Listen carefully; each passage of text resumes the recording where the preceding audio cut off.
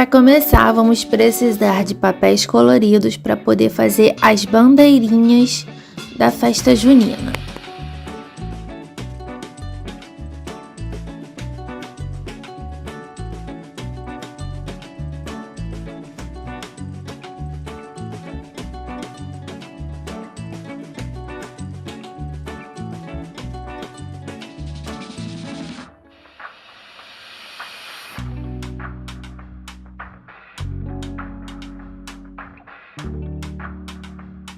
Peguei um jogo americano e fui colando as bandeirinhas em volta dele.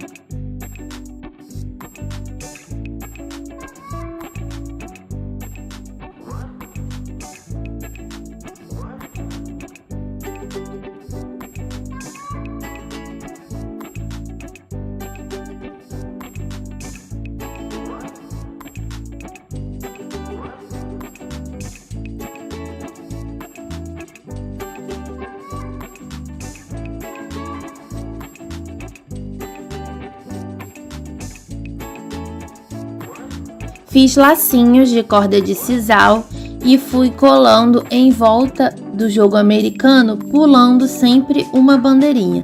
Então, uma bandeirinha com lacinho e uma bandeirinha sem lacinho.